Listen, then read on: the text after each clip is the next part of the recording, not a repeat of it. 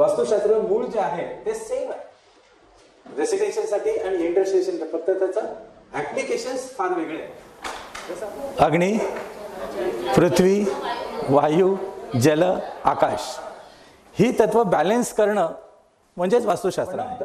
या सगळ्या कारणांपैकी एक वस्तूचं कारण कुंडलीतले ग्रह आपण बदलू शकत नाही. कॉम्प्युटर बदलता येतात पण ऍक्च्युअली आयुष्यात बदलता येत नाही. व्यवसाय निवडायचा आहे त्यावेळेला चांगल्या ज्योतिषाकडून तुम्हाला ह्याची माहिती घ्यायला पाहिजे की आता माझे स्टार कसे चाललेत, दशा कोणती, हे काय आता सुरू का, कधी अडचणी, पत्रिकेत अडचणी कशा पाहिल्या जातात. 6-8-12ची दशा सुरू असेल तर येणाऱ्या कामामध्ये त्यावेळेला त्याला उशीर होऊ शकते.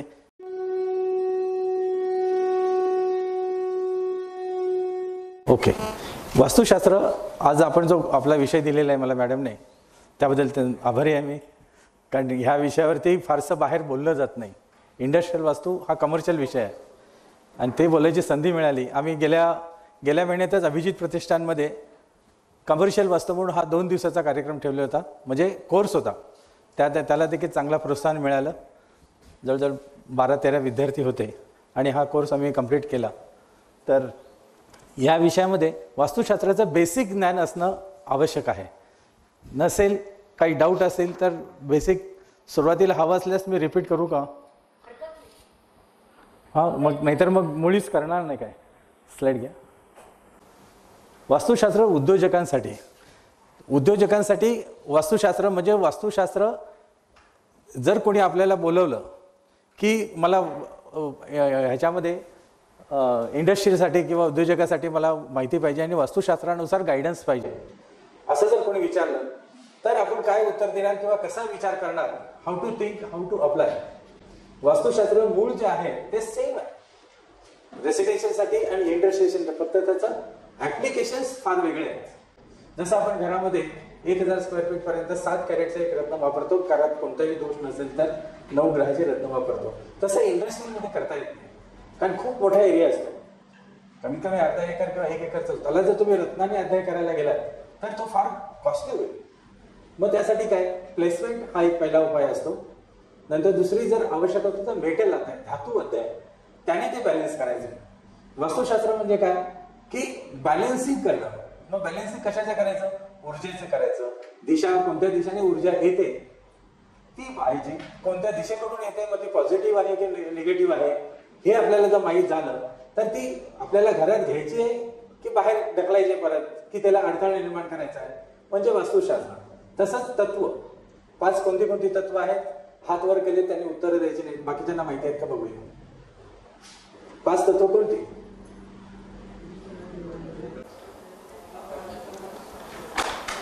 अग्नी, पृथ्वी, वायू, जल, आकाश ही तत्व बॅलन्स करणं म्हणजेच वास्तुशास्त्र आहे. मग ती बॅलन्स करताना एखादं तत्व वाढलं, जास्त झालं तर ते कमी करायला. जसं आपल्या शरीरामध्ये उष्णता वाढली की आपल्याला ताप येतो. बऱ्याच गोष्टी तापमानामध्ये, बाहेरच्या तापमानामध्ये आणि आपल्या तापमानामध्ये फरक झाला बॉडीच्या की मग थंडी वाजायला लागते. हे जे प्रकार जे आहेत म्हणजे जे जास्त झालं त्याला कमी करणं म्हणजेच योग्य त्या प्रमाणात ठेवणं आणि जे कमी आहे ते कोणत्या तरी स्वरूपात तिथे नेऊन ठेवणं म्हणजे बॅलन्सिंग करणं. त्याला सिम्बॉलिक रेमेडी म्हणतो. आणि ॲक्च्युअल रेमेडी म्हणजे काय तर एखादा दोष आहे घरात, समजा एखादं निगेटिव्ह झाड उगवलं तर ते नुसती पानं काढली तर त्याचा दोष कमी होईल. पण जर मुळासकट काढलं तर दोष मुळासकट निघून जाईल. नाहीतर मग नुसती पानं काढली तर त्याला परत पानं फुटणार आहेत, परत त्याला फांद्या फुटणार आहेत, म्हणजे दोष तशाच राहणार आहे. आपलं काय आहे की जास्ती कमीत कमी याच्यामध्ये किंवा वेगवेगळ्या योग्य प्रमाणामध्ये योग्य ती वस्तू ठेवून ही ऊर्जा बॅलन्स करणं, 5 तत्व आहेत ती बॅलन्स करणं, निगेटिव्ह ऊर्जा येणारी त्याला अडथळा निर्माण करणं, पॉझिटिव्ह ऊर्जा आतमध्ये घेणं, ह्या प्रकार म्हणजे त्याला बॅलन्सिंग करणं असं होतं. ऊर्जेचं बॅलन्सिंग, तत्वांचं बॅलन्सिंग, अशा प्रकारे. तर आपण नवीन कारखाना काढायचा असेल, जर कोणी आपल्याला विचारलं तर कोणकोणत्या गोष्टीचा विचार करावा लागतो? एक नवीन कारखाना काढण्यासाठी पण त्याचे वेगळं असतं. नवीन कारखाना काढायचं म्हणजे जागेपासून सुरुवात होते. म्हणजे कुठे करायचं आहे, कोणत्या एरियात करायचं आहे, मग ते लोकेशन कसं आहे, तिथे माती आहे, पाणी आहे, पाऊस आहे, काय आहे, कशा प्रकारचा हा कारखाना नवीन काढताना विचार करावा लागतो. आणि बऱ्याच गोष्टी आहेत, आपण एक एक स्टेप बाय स्टेप घेऊ. अस्तित्वात असलेला कारखाना म्हणजे जुना कारखाना आहे तर तो चालत नाही म्हणून लोक बोलवतात वास्तु कन्सल्टंट म्हणून. नाहीतर मग तो त्यामध्येच रेमेडी करण्यासाठी बोलवतात की बाबा असा प्रॉब्लेम आहे तर काय करता येईल का. तर अशा वेळेला कसा विचार करायचा हे देखील आपण थोडक्यात पाहणार आहोत. नंतर वास्तू परीक्षण. एखादा जुना कारखाना असेल किंवा चालू असलेला कारखाना असेल किंवा एखादा बंद पडलेला कारखाना असेल तर काही वेळेला बोलवतात की बरेच दिवस झालं कारखाना चालत नाही, कामगार काम करत नाही, सपोर्ट करत नाही. तर अशा वेळेला काय करायचं, तर हे वास्तू कन्सल्टंट बऱ्याच ठिकाणी त्यांनी जाऊन आल्यानंतर ज्योतिषाकडे आणि वास्तुवाल्यांकडे येतात. सगळे प्रयत्न थांबल्यानंतर मग अशा वेळेला देखील आपल्याला काय उपाययोजना करायच्या, कशा करायच्या या बघणार आहोत. नेक्स्ट, पहिल्या वास्तुशास्त्र म्हणजे काय आणि कशासाठी करायचं. कोणी सांगेल? हे वाचून सांगितले तरी चालेल. का वास्तुशास्त्र का करायचं, म्हणजे केल्याने काय फरक होतो की नाही होत, किंवा कशा प्रकारचा फरक होतो, कोणी सांगेल? सांगा, कोणी सांगा. अच्छा, हे वन ऑफ द रिझन. म्हणजे तुमचं म्हणणं की हेल्थ करण्यासाठी, वेळ सांभाळण्यासाठी, आरोग्यासाठी वास्तुशास्त्र हे एकच कारण नाही आहे, किंवा घराची रचना हे घर हे वास्तू ही सपोर्ट करते कोणत्याही गोष्टीला. घर नियमाप्रमाणे असेल तर ठीक आहे, पण सराउंडिंग बरोबर नसेल तरी प्रॉब्लेम येतो, कुंडलीत प्रॉब्लेम असेल तरी प्रॉब्लेम येण्याची शक्यता असते. म्हणजे हे एकच कारण असं नाही आहे, वन ऑफ द, या सगळ्या कारणांपैकी एक वास्तूचं कारण. कुंडलीतले ग्रह आपण बदलू शकत नाही, कॉम्प्युटर बदलता येतात पण ऍक्च्युअली आयुष्यात बदलता येत नाही. तर त्याप्रमाणे वास्तुशास्त्रामध्ये आपण बदल करून, रेमेडी करून त्याची दोषांची तीव्रता कमी करू शकतो. आणि ते केल्याने आपल्याला पीस ऑफ माइंड म्हणजे शांतता, नंतर फॅमिली रिलेशन्स डेव्हलप होतात चांगले, नंतर हेल्थ, आरोग्य, वेल्थ, फायनान्शियल कंडिशन, स्थिरता मिळते, आणि सिरीज ऑफ ऍक्सिडेंट्स त्याचे कमी होतात.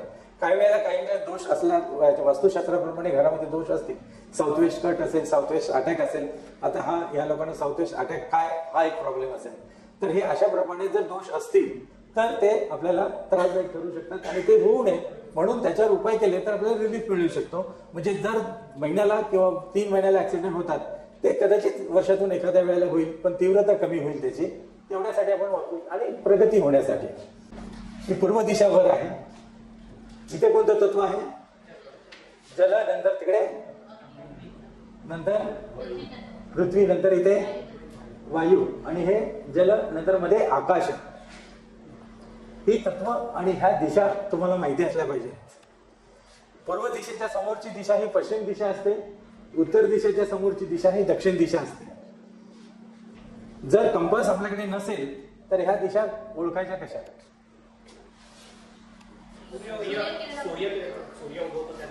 सूर्य, आता सूर्य कुठे उगवतो? पूर्व. कुठे उगवतो आता? अयन कुठलं चाललंय? मग तो समोर होतो का? हा, मग त्याच्यावरून तुम्ही जर तोंड करून उभं राहिलं तर दिशा कळतील का? त्यासाठी कंपास वापरायला हवा आपल्याला.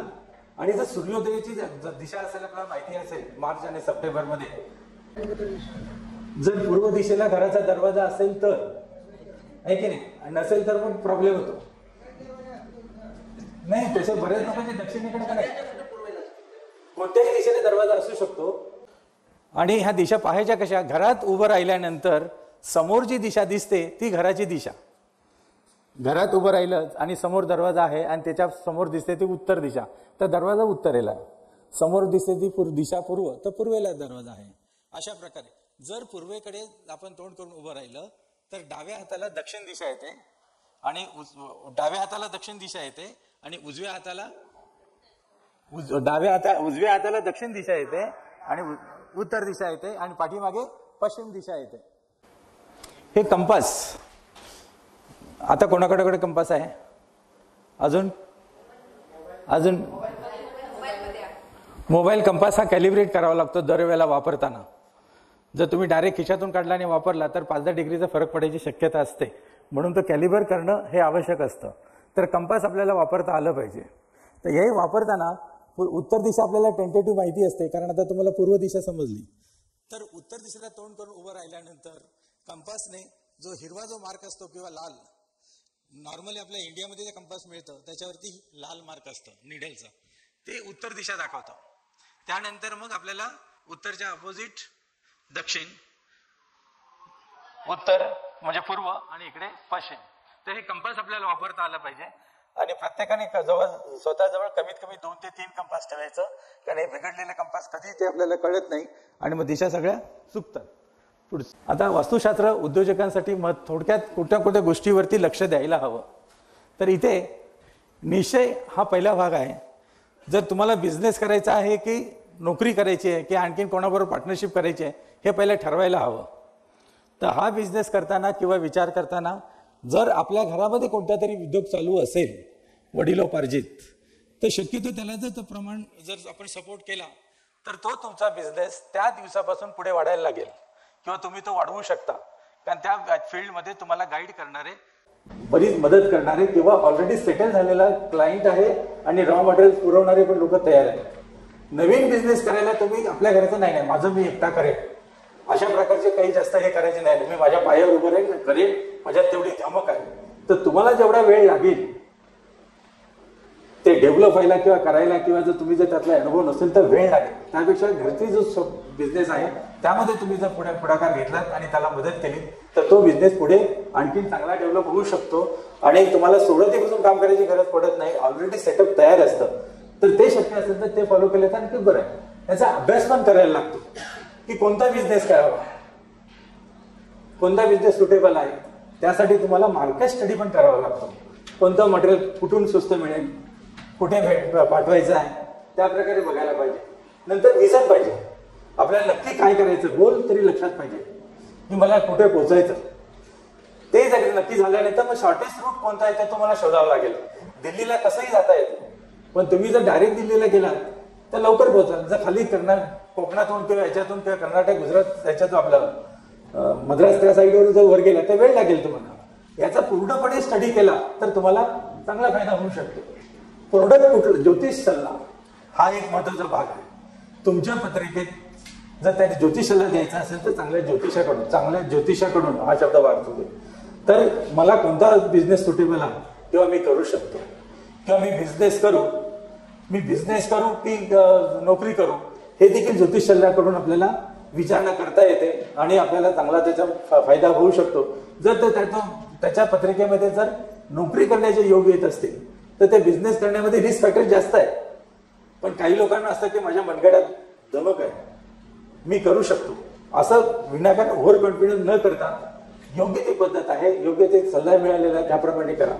तर हा अभ्यास केला तर तुम्हाला पुढे अडचणी कमी येतात. कुठलं प्रोडक्ट विकायचं आहे, कारण आपल्याला सोनं देखील काही ठिकाणी विकलं जात नाही आणि एखाद्याचं जवळ पण लगेच विकलं जातं. कारण कोणत्या एरियात फिरतोय त्याच्यावरती आहे. झोपटपट्टीत सोनं घेऊन बोंबायला लागला तर कोण येणार आहे, कोणीतरी लुटून घेईल. पण त्याच्याऐवजी तर त्याने अभ्यास केला की कुठल्या एरियात गेल्यानंतर आपल्याला ते सोनं विकता येईल किंवा कोणाला देता येईल, कुठल्या एरियामध्ये ते सोनं खपलं जाईल. तर हे सोनं असून जर तुम्ही चुकीच्या दिशेने गेलात तर सोनं पण विकलं जाणार नाही. तर काय विकायचंय, कुठे विकलं जाईल, कशा प्रकारे विकलं जाईल, तिकडची परिस्थिती कशी आहे याचा देखील अभ्यास करायला पाहिजे. त्याने कच्चा माल कुठून मिळेल याचा पण अभ्यास मिळाला पाहिजे आपल्याला, कसा मिळेल, कुठल्या पद्धतीने मिळेल. नंतर खरेदीदार त्याला आहेत का, तुम्ही काय सोनं देखील पिकवाल, तयार कराल किंवा ते याच्या रासायनिक प्रक्रिया करून तयार केला, पण विकत घेणार कोण. त्यासाठी जे आपण बनवणार आहोत ते विकलं जाईल का, त्यासाठी कस्टमर कुठे आहेत, कुठल्या एरियात आहेत, त्याला डिस्ट्रीब्युटर मिळतील का, हे देखील पाहायला हवं. नंतर अनुभव महत्वाचा. म्हणून तुम्ही पाहिलं असेल तर गुजराती फॅमिलीमध्ये कोणी जे कराय डायरेक्ट उद्योगधंदा काढत नाही, कोणातरी दुकानात पाठवतात. बेसिक शिक्षण झालं की कोणाच्या दुकानात चल इथं 2 वर्ष काम कर, कपड्या दुकानात कर, किराणा कुठे कर. तो अनुभव घेतल्यानंतर त्याला सगळे ते भांडवल द्यायला तयार असतात. अनुभव मिळाल्यानंतर तो चांगला प्रॅक्टिस करायला लागतो किंवा धंदा करायला लागतो. तर अशा प्रकारे अनुभव देखील महत्वाचा आहे. आणि सर्वेक्षण म्हणजे सर्वे करणं, कुठे कुठे काय आहे, कुठे मिळेल, कुठे जाईल, कुठे लोक चांगले मिळतील, अशा प्रकारे बघायला. जागा, कुठली जागा कुठे घ्यायला पाहिजे, तर हे सर्वेक्षण देखील महत्वाचं आहे. आणि प्रोजेक्ट करावं लागतं. जर तुमच्याकडे भांडवल नसेल, कमी असेल, तर ते भांडवल जर तुम्हाला उभं करायचं असेल तर एक प्रोजेक्ट करावा लागतो. मग ते कच्चा माल कुठून येईल, किती येईल, त्याचा टर्नओव्हर कसा असेल, त्यातून प्रॉफिट किती मिळेल, अशा प्रकारच्या सगळ्याचा एक प्रोजेक्ट तयार करावा लागतो. तो कंपनीला द्यावा लागतो, म्हणजे बँकांना वगैरे. आणि ते त्यांना दिल्यानंतर आपल्याला लोन वगैरे हवं असेल तर लोन सँक्शन करतात. पण प्रोजेक्टवर पूर्ण कल्पना असते. हे प्रोजेक्ट करणारी लोक देखील असतात, करून देणारे असतात. सगळीच कामं मी करायची म्हटली तर त्याला इतर कामं करायला वेळ मिळणार नाही. म्हणून त्या क्वालिटीची त्या एज्युकेशनमध्ये मास्टर्स असलेल्या त्यांच्याकडून आपण हे प्रोजेक्ट तयार करून घ्यायला पाहिजे. लोकेशन देखील महत्त्वाचं आहे. कुठे व्यवसाय करायचा आहे, कामगार वर्ग याचा देखील विचार करावा लागतो आणि मग ती लोकेशन ठरवणं हे महत्त्वाचं ठरतं. दृढ निश्चय आपण पाहिलं की निश्चय असेल, एकदा ठरलं तुमचं की आपल्याला मला हे एखादं प्रोडक्ट करायचं आहे, मग ते करण्यासाठी काय लागेल, सगळ्या गोष्टी करायची तयारी आहे, अभ्यास झालेला आहे, तो निश्चय आता मी मागे हटणार नाही, अशा प्रकारचं दृढ निश्चय झाला की नंतर त्याचा अभ्यास आणि जो व्यवसाय करणार आहोत त्याबद्दलची पूर्ण माहिती घ्यायला पाहिजे. विजन, आता एखादं प्रोडक्ट ठरलं तर त्या प्रोडक्ट बद्दल सगळी आता माहिती पण मिळाली, सगळं मिळालं. आता विजन म्हणजे किती प्रोडक्ट करायचे, किती होईल, सुरुवात कशी करायची, त्याला संपूर्णपणे लागेल का, टेक्निकल लोक किती लागेल. व्यवसाय निवडायचा आहे त्यावेळेला चांगल्या ज्योतिषाकडून तुम्हाला ह्याची माहिती घ्यायला पाहिजे की आता माझे स्टार कसे चाललेत, दशा कोणती, हे काय आता सुरू का, कधी सुरू करू, मला काही अडचणी येतील का, मला भांडवल उभं करता येईल का, कोण मदत करू शकेल, कशा प्रकारचं होईल. अशा प्रकारे आपल्याला डेस्टिनी मॅनेजमेंट ज्योतिष सल्ला घेतला तर तुम्हाला नाही या प्रकारचा व्यवसाय केला, समजा तेलाचा व्यवसाय केला तर तो तुम्हाला सुटेबल आहे का, स्टीलचा करायचा आहे, कुठल्या फील्डमध्ये तुम्हाला गती आहे, हे तुम्हाला ह्या ज्योतिष सल्ल्याने दिशा करतील. दिशा विचार, नोकरी की व्यवसाय, काही अडचणी आहेत का, पत्रिकेमध्ये त्या दिसतात अडचणी. पत्रिकेत अडचणी कशा पाहिल्या जातात, 6-8-12ची दशा सुरू असेल तर येणाऱ्या कामामध्ये त्यावेळेला त्याला उशीर होऊ शकते, नवम स्थान लागत नसेल तर पूर्ण ज्योतिषी मंडळी बसलेले सगळे तुम्ही देखील तर हा सगळं बघू शकता. भांडवल उभारणी करता येईल का, मला कोणी मदत करेल की मला कर्ज काढावं लागेल, कर्ज काढायला किंवा मिळायला वेळ लागेल का, तारण काही ठेवायला लागेल का, मग तारण आहे का, या गोष्टी आपल्याला त्या पाहाव्या लागतात. आणि कोणता व्यवसाय करायचा हे देखील ज्योतिषी डायरेक्शन देतील. तुम्ही निवडलेला योग्य वस्तू प्रोडक्ट करायचं आहे, हे तेलजन्य आहे, दुग्धजन्य आहे की कुठला आहे, लाकडाचा व्यवसाय करायचा की लोखंडाचा व्यवसाय करायचा, हे तुम्हाला ज्योतिष चांगला अभ्यास करून सांगू शकेल. प्रोडक्शन करणार की सप्लाय होणार किंवा स्टॉकिस्ट होणार. आता दृढ निश्चय म्हणजे हे सगळं काय करायचं आहे ते आपल्याला ठरवायला पाहिजे. स्टॉकिस्ट म्हणजे कोणीतरी तयार केलेला माल आपल्या गोडाऊनमध्ये ठेवायचा आणि डिस्ट्रीब्युटर नेमून तो विकायचा. याच्यामध्ये प्रोडक्शन करणं भाग येत नाही, पॅकिंग वगैरे असा भाग येतो. नंतर प्रोडक्शन असेल तर आवश्यकतेनुसार ऑफिस आणि शेड प्रोडक्शन करण्यासाठी जे मशिनरी लागेल, वर्कर लागतील ते बघावं लागतं. नंतर त्यासाठी RCC बांधकाम करावं लागेल का, मग त्याचं बजेट किती होईल, कोण करेल, नॉर्मल याचे काही स्टँडर्ड नियम असतात तर त्यासाठी तुम्हाला आर्किटेक्ट वगैरे नियम करावा लागेल. सप्लायवरचा उद्योग असेल, सप्लायचा उद्योग असेल तर वाहन व्यवस्था, म्हणजे तुम्ही जिथे सप्लाय करायचं म्हणता मग तुम्ही स्टॉकिस्ट असाल तर एका ट्रकने माल जाईल, पण डिस्ट्रीब्युटर झालात तर 2-4 मुलं ठेवायला लागतील. तर ह्या सगळ्या गोष्टीचा विचार करून आपल्याला तो व्यवसाय करण्यासाठी काय करावं लागेल. प्रोडक्शन ठरणार, प्रोडक्शन, सप्लाय, स्टॉकिस्ट. पुढे कच्चा माल कुठून उपलब्ध होईल, नाहीतर आपलं ऑफिस असायचं व्हिटीला, कच्चा माल अंबरनाथला मिळायचा, ते आपल्याला वायबल नाही आहे. म्हणून कुठून मिळेल, कुठून स्वस्त मिळेल, कुठून चांगला मिळेल, रिलायबल सोर्स काय आहे, याचा देखील आपल्याला ते टोटल प्राइस किंवा कॉस्टिंग काढताना विचार करावा लागतो. आणि खरेदी, कोण कोण खरेदी करणारे आहेत, मार्केट सर्वे करायला लागेल. तर ह्या गोष्टी त्यांनी करायला हव्यात. अनुभव आणि प्रत्यक्ष अनुभव, आपण जर ते करायचं असेल तर प्रत्यक्ष ह्या फील्डमध्ये काम करणारी तज्ज्ञ मंडळी असतात आणि आज आहेत, मॉनिटर बोलणारे आहेत, चांगले आहेत, तुम्हाला गाईड करणारे, त्यांचा चांगल्या ठिकाणावरून गाईड घेतलात तर तुम्हाला त्यातले धोके आणि फायदे या सगळ्या गोष्टीची कल्पना येते आणि मग तुम्ही व्यवस्थित करू शकाल. सर्वेक्षणासाठी लोकेशन व्यवसायासाठी निवडण्यासाठी, आता डेअरीचा जर एखाद्याला व्यवसाय करायचा असेल तर अशा ठिकाणी त्याला करायला पाहिजे जिथे चारा उपलब्ध असेल किंवा मोठं शेत जमीन असेल, तिथे पाणी असायला पाहिजे, किंवा जर मशिनरी असेल तर तो इंडस्ट्रियल एरिया आहे का, मग तिथे वीज सप्लाय नेहमी येते का नेहमी खंडित होते, ह्या गोष्टीचा विचार त्यांनी करायला हवा. आणि मग आतापर्यंत आपण कव्हर केलं, त्यामध्ये काही शंका आहे का किंवा आणखीन काही माहिती हवी का? पुढे आहे अजून टॉपिक बराच शिल्लक आहे, काय विचारायचंय? म्हणजे कोणताही बिझनेस करायला हरकत नाही, चालेल. पुढे इथून पुढे आता वास्तुशास्त्राचा रोल सुरू होतो. आतापर्यंत त्या व्यक्तीने काय करायला पाहिजे ते त्याचं काम. आता आपण वास्तू कन्सल्टंट म्हणून या विषयाकडे बघणार. आता वास्तूचा सल्ला, आता मग आपण सांगणार नाही की म्युन्सिपालिटी ऑफिसरला भेट, तिथून परमिशन काढ, याला परमिशन काढ, ते प्रोजेक्ट रिपोर्ट आणि डॉक्युमेंटेशन. कारण हा व्यवसाय कुठलाही करायचा झाला तर परमिशन लागते त्या त्या म्युन्सिपालिटीची, कॉर्पोरेशनची किंवा नगर परिषदेची. तर ह्या सगळं मिळवणं ते देखील जिकिरीचं काम असतं आणि ते करणं, प्रोजेक्ट रिपोर्ट करणं वगैरे हे असतं. हे कसलं चित्र आहे समोर? वास्तुपुरुष मंडळ. हे तरी सगळ्यांना माहिती असेल. वास्तुपुरुष कोण होता? वास्तुपुरुष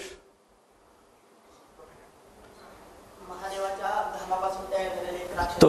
ओके, म्हणजे तुम्हाला वास्तुशास्त्र अभ्यास केलाय तुम्ही.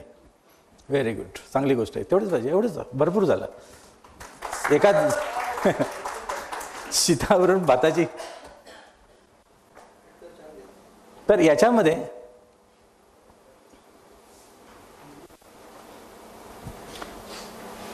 हे वास्तुपुरुष मंडळ आहे. याचा म्हणजे आता वास्तू कन्सल्टंट म्हणून तुम्ही कसा विचार करायचा, हे चित्र असेल त्याप्रमाणे. तर हे वास्तू कन्सल्टंट म्हणून वास्तुपुरुष मंडळाचा विचार करायला लागतो. आणि हा सारख्या प्रमाणातच असतो. हा जे रेसिडेंटसाठी वापरतात तो 81 देवतांचं वास्तुपुरुष मंडळ असतं. 64 देवतांचं मंडळ हे नगर रचना करण्यासाठी वापरलं जातं. आणि 100 वास्तुपुरुष मंडळाचे देवता 100 म्हणजे पदं असतात. देवता 45च असतात, पण त्या पदं आहेत ते नगर रचनेसाठी किंवा देवळं बांधण्यासाठी. नगर रचनेसाठी 64 आणि देवळं बांधण्यासाठी 100 पदांचा वास्तुपुरुष मंडळ वापरलं जातं. तर हे याच्यामध्ये ह्या देवता दिलेल्या आहेत सगळ्या.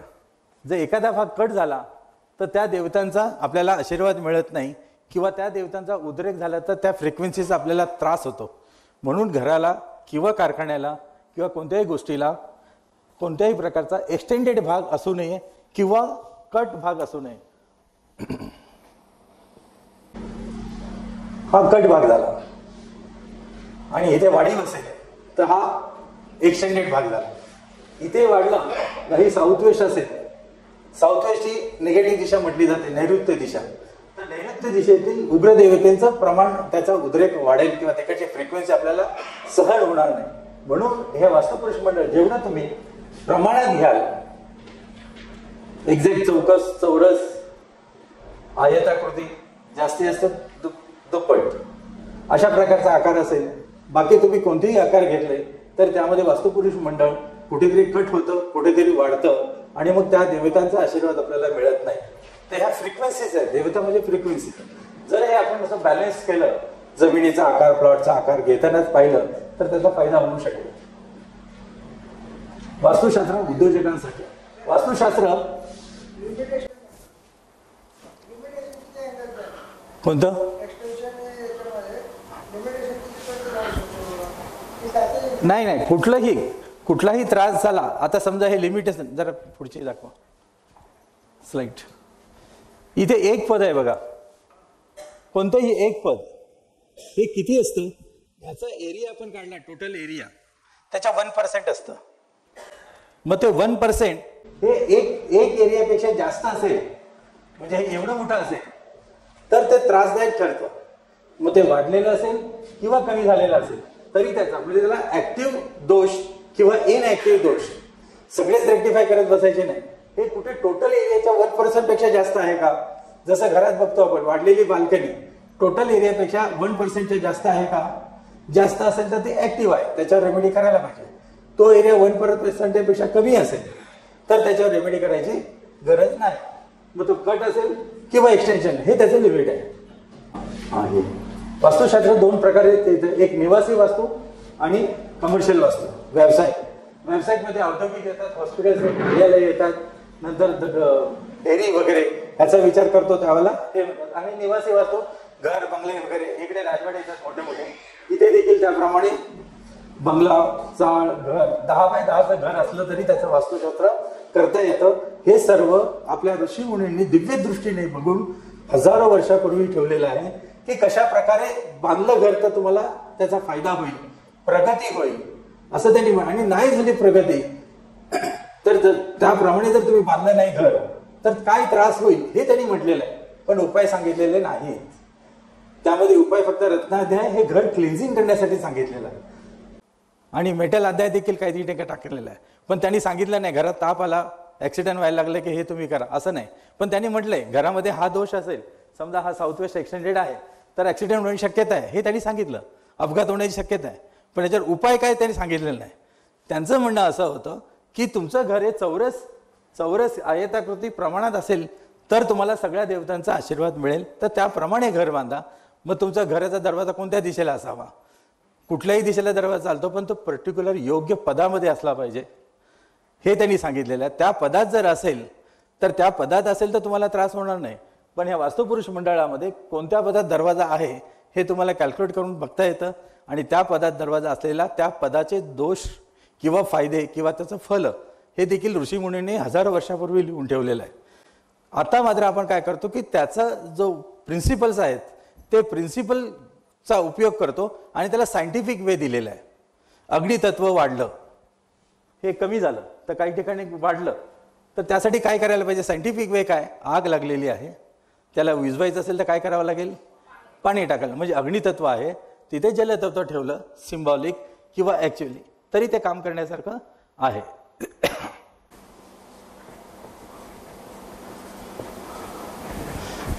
मराठी नको लिहायला ना. पूर्व, उत्तर, वायव्य, ईशान्य.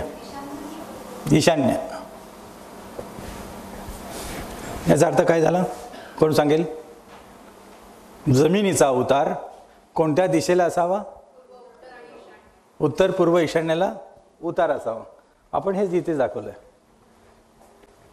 इथे हाय लिहिलंय उतार, इथे नॉर्थ, नॉर्थ ईस्ट अशा प्रकारच्या ह्या दिशा आहेत. त्याच्यामध्ये म्हणजे पूर्व, उत्तर, ईशान्य या दिशेला जमिनीचा उतार असावा, आणि दक्षिण, नैऋत्य आणि पश्चिमेला जमिनीला चढ असावा. हे बेसिक वास्तुशास्त्र भूमी परीक्षणमध्ये येतं, ते त्याप्रमाणे असावं. आता याच्यामध्ये घर बांधायचं असेल तर कुठे घर बांधायचं? समजा इथे बांधायचं असेल ते या घराला छप्पर कसं असलं पाहिजे? उतार त्याचा पूर्व, उत्तर, ईशान्य या दिशांना उतार असावा, बरोबर आहे की नाही? आणि याच्या भिंती जर करायच्या असतील तर ह्या भिंती जाड करायच्या. कुठल्या? दक्षिण, नैऋत्य आणि पश्चिमेच्या. आणि ह्या भिंती पातळ, म्हणजे ह्या दगडाची भिंत केली चालेल किंवा डबल विटांची, आणि इथे सिंगल विटांची. म्हणजे काय होईल? ही दिशा आहे ही हलकी होईल, याच्यामुळे बंधन येणार नाही, याच्यामुळे येणाऱ्या ऊर्जेला अडथळा निर्माण होईल जाड भिंतीमुळे.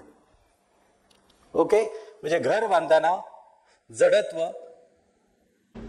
कुठे असेल? आग्नेय, दक्षिण, नैऋत्य आणि पश्चिमेला असावं. घरच्या भिंती असतील तर दक्षिण, नैऋत्य, पश्चिमेच्या जाड असाव्यात, आणि उत्तर, पूर्व ह्या दिशा, ह्या भिंती पातळ असाव्या, त्या वजनाने हलका असाव्या. याचं कारण काय आहे? आपल्याला दिशा माहिती आहेत. ही पूर्व दिशा, पूर्व दिशेकडून ऊर्जा येते आणि उत्तर दिशेकडून ऊर्जा येते. ह्या कोणती ऊर्जा? पूर्वकडून येणारी ऊर्जा शुभ की अशुभ ऊर्जा? शुभ असते, आहे की नाही? मग शुभ ऊर्जा आपल्याला इकडे पाहिजे असेल तर ही जागा मोकळी जास्त असायला पाहिजे, तर इझिली आतमध्ये येईल, किंवा जास्तीत जास्त खिडक्या असल्या पाहिजेत.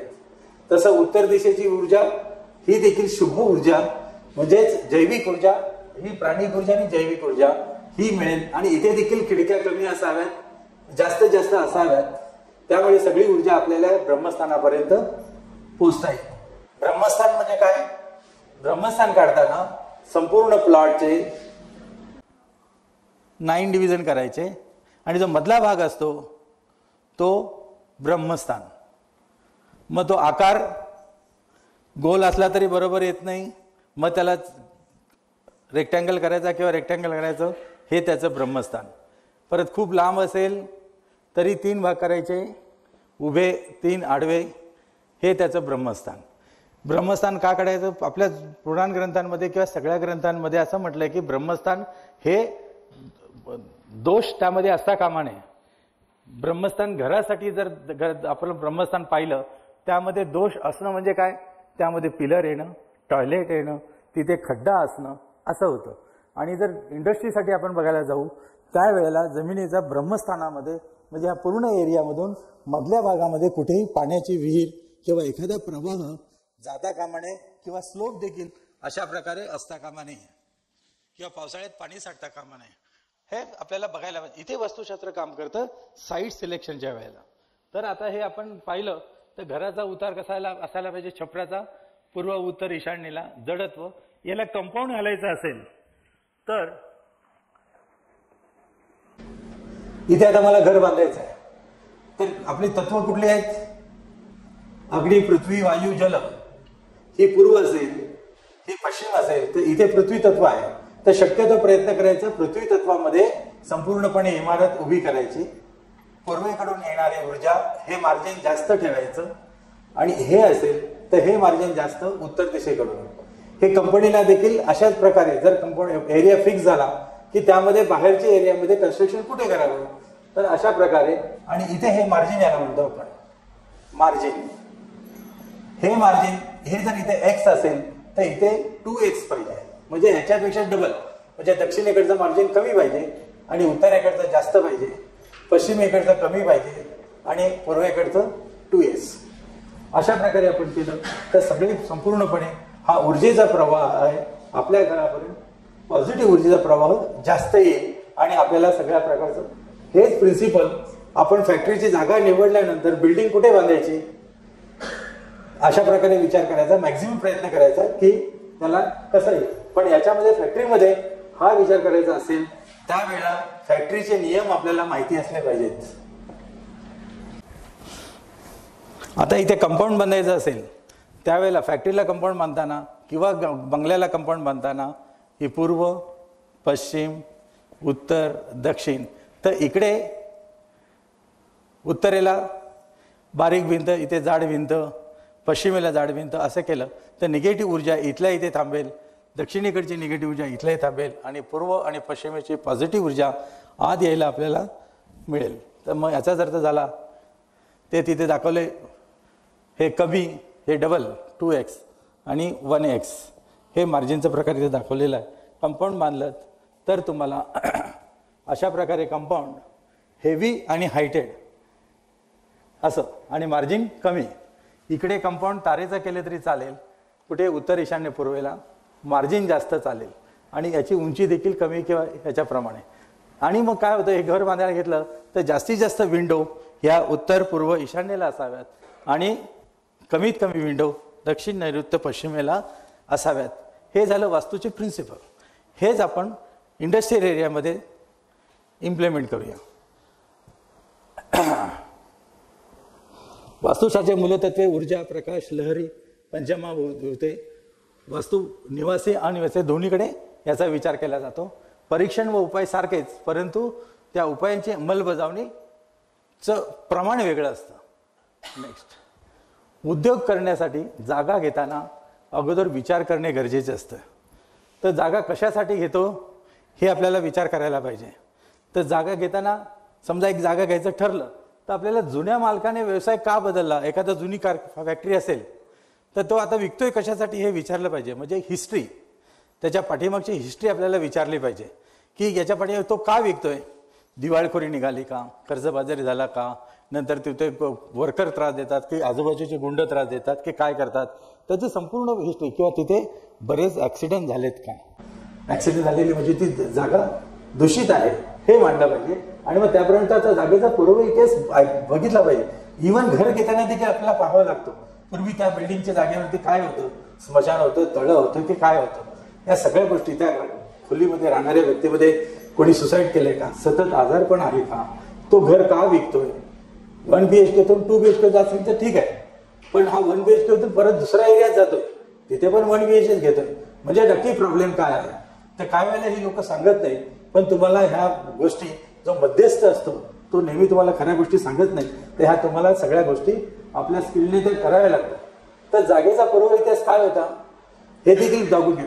आणि बंद असेल तर किती काळासाठी बंद आहे. इव्हन आपलं राहतं घर पण एखाद्या वर्षासाठी किंवा लांब जास्त पिरियडसाठी जर बंद असेल तर विधीपूर्वक तिथे विधी करायला लागतात. त्या जागेमध्ये निगेटिव्हिटी कदाचित तिथे अकोमोडेट झालेली असते. तर व्हायब्रेशन्स आपल्याला सरळ करण्याचे काही विधी असतात, शास्त्रीय विधी, अघोरी विद्या नाही, विधी जे आपले मंत्र, श्लोक, यज्ञ, याग वगैरे काय असतील तर ते. तर हे ते किती काळासाठी बंद होतं हे तुम्हाला बघायला हवं. तर ह्या गोष्टी आपल्याला काय उद्योग त्यांनी शिकेला तो चालत नाही. मी करून दाखवतो असं बोलून चालत नाही, कारण त्या जागेने पण तुम्हाला सपोर्ट करायला पाहिजे, तिकडच्या वास्तुपुरुषांनी सपोर्ट करायला पाहिजे. आणि मग का बंद होता ते जाण. आधीच तुम्ही कर्ज काढून तो बिझनेस सुरू करणार आणि त्या जागेमध्ये बिझनेस केला तर त्याची दिवाळखोरी निघाली म्हणून तुम्ही तो बिझनेस त्याने सोडला, तोच बिझनेस तुम्ही घेतला तर परत प्रॉब्लेम होईल ना. तर ते आपल्याला सगळा इतिहास काढावा लागतो. नवीन जागेचे परीक्षण करणे देखील आवश्यक असते. नवीन जागा घेताना त्या जागेचा पहिल्या प्रथम तुम्हाला त्या जागेचं तुम्हाला जायचं नसेल किंवा जर न जाता केवढ्या लांब जायला शक्य नसेल त्यावेळेला त्या जागेचा कंटूर मॅप मागवायचा. कंटूर मॅप म्हणजे काय कोण सांगेल? सिव्हिलमधला आहे कोण? आणि ते फिगर लिहिलेले असतात.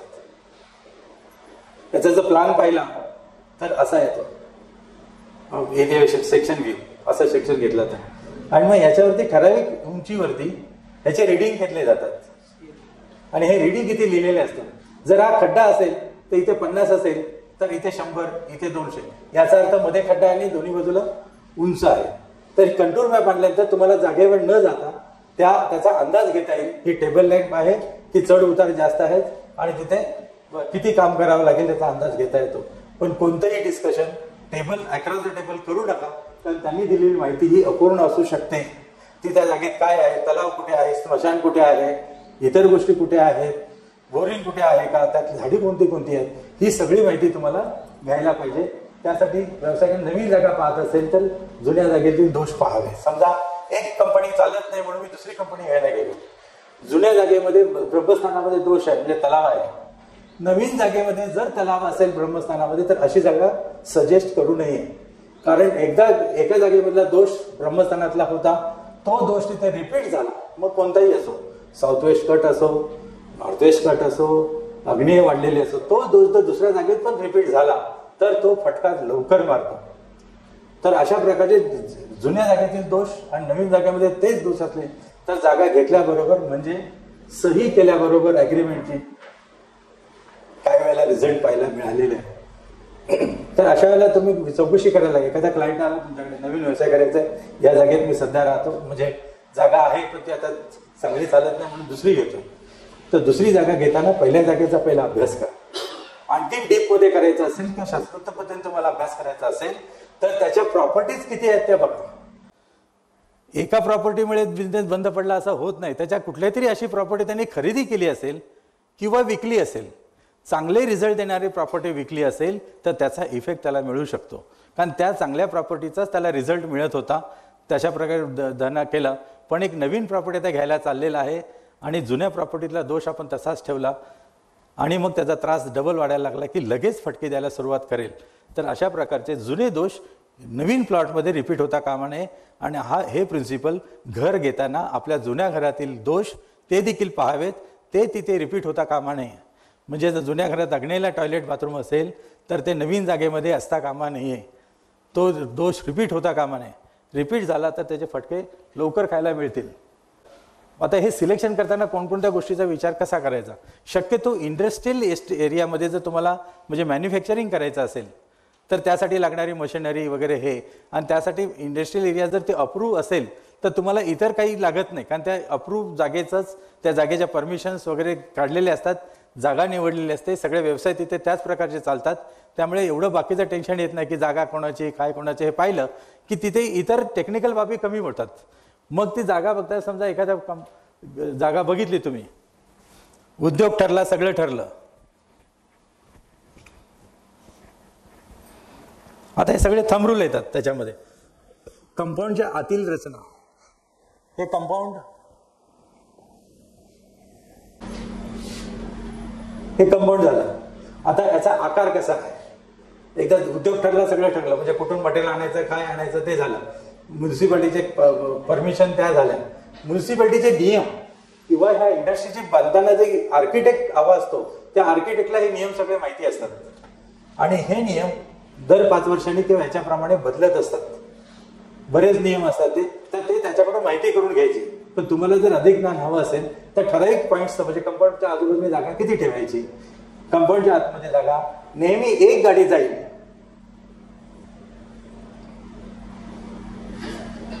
याचं काही साधं कारण असेल, इंडस्ट्रीमध्ये जागा असते अशी का ठेवली असेल? करेक्ट. म्हणजे काही हे झालं, ऍक्सिडेंट झाला तर त्यासाठी मोकळी जागा असावी म्हणून ते झालं. त्याचा आकार शक्यतो चौरस असावा, सगळ्यात चांगला. नंतर आयताकृती असलं चालेल. हा आयताकृती एक्स असेल तर मॅक्झिमम 2x पर्यंत चालेल आयताकृती. ह्याच्यापेक्षा जास्त झाला तर तुम्हाला रेमेडी करून ते करावं लागेल. हा झाला थंब रूल. पण तुम्हाला वास्तुशास्त्राप्रमाणे जर तो करून घ्यायचा असेल तर हा 10 असेल तर हा 16, म्हणजे 1:1.68 याच्याप्रमाणे. म्हणजे हा 10x असेल, हा 16 असेल, म्हणजे हा हेलिक्स तयार होईल. ऊर्जेचं संवहन व्यवस्थित होतं त्यामध्ये जर हा रेशो वापरला तर. हा रेशो तुम्ही घरासाठी मग वापरू शकता, गुरांचा गोठा बांधायचा असेल त्यावेळेला देखील वापरू शकता. आणि याचं ओरिएंटेशन, ही जी लांबी रुंदी असेल तर ती कोणत्या दिशेने असावी?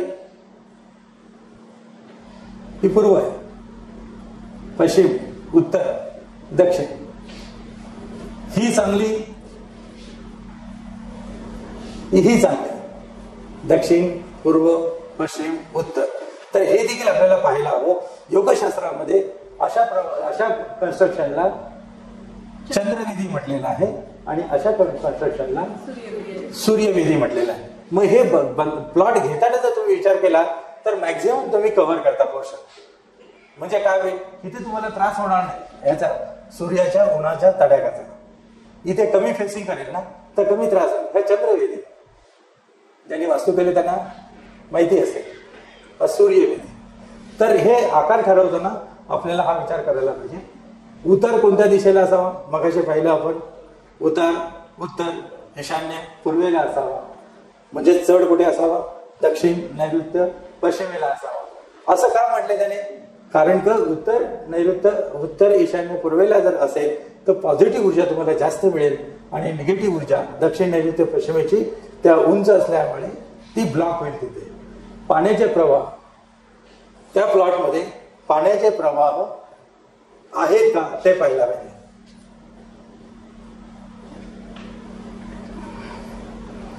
प्लॉटमध्ये मधूनच ओढा जात असेल तर असा प्लॉट घेऊ नये. त्याचे 2 भाग झालेले आहेत. इथे एकतर एकाच्याच नावावर असेल तर हजबंड वाईफ मध्ये किंवा बेबनाव भाऊ भाऊ याच्यामध्ये फॅमिलीमध्ये वादविवाद सुरू होतात अशा प्रकारे. दुसरं, या प्लॉटवरून हाय टेन्शन वायर जात असेल तर असा प्लॉट देखील घेऊ नये, कारण तो डेव्हलप होत नाही लवकर. याच्यामध्ये पाणी असेल म्हणजे बोरिंग असेल तरी त्रासदायक ठरेल, पण ती जर साऊथ वेस्टला असेल तर ते खूपच त्रासदायक ठरेल. या गोष्टी असता कामा नये. विहीर असेल तर नॉर्थ ईस्टला विहीर असली तर चालेल असं म्हणतात, परंतु ती या ऍक्सिसवर असता कामा नये. वास्तुपुरुषाचं डोकं नॉर्थ ईस्ट कोपऱ्यामध्ये असतं, एक्झॅक्ट त्या झोनमध्ये असता कामा नये, तर ती बाजूला सरकून असेल. कारण काही वेळेला कसं होतं, तुम्ही गेलं की विचारता पाण्याची इथे विहीर पाडू का, पाणी आम्हाला जास्त लागतं. मग तुम्ही सांगितलेल्या लोकेशनला ह्या गोष्टी तुम्हाला माहिती असणं आवश्यक आहे. पाण्याचे प्रवाह, जमिनी खालून देखील पाण्याचे प्रवाह जाता कामा नयेत. काही वेळेला शेतावरच्या लाईन्स खालून गेलेल्या असतात. आताच मला तिकडचं सांगलीवरून एक फोन आला होता, घराच्या आतमध्ये आमची शेताची लाईन 4 इंची की 5 इंची जाते, ती काय करू, ठेवू की काढू? म्हटलं पहिला काढून टाका. नाही काय करायचं आहे म्हटलं, मग आता काढणार कसे? तर म्हटलं हे दोन्ही काढून टाका आणि आतमध्ये वाळू भरा आणि तो ब्लॉक करा. कुठलाही खड्डा आतमध्ये व्हॉइड्स असता कामा नाही. कुठल्याही याच्यामध्ये पोकळ भाग असला की ती निगेटिव्हिटी साठते. निगेटिव्हिटी म्हणजे डाऊकेतू वगैरे असं म्हटलं जातं. तर अशा प्रकारचं कुठलाही व्हॉइड्स, कुठल्याही आपल्या घरामध्ये देखील इंटेरियर डिझायनर बऱ्याच वेळेला प्रयत्न करतात की साऊथ वेस्टचा बेडरूम किंवा साऊथ हॉलमध्ये साऊथ वेस्ट झोन असेल,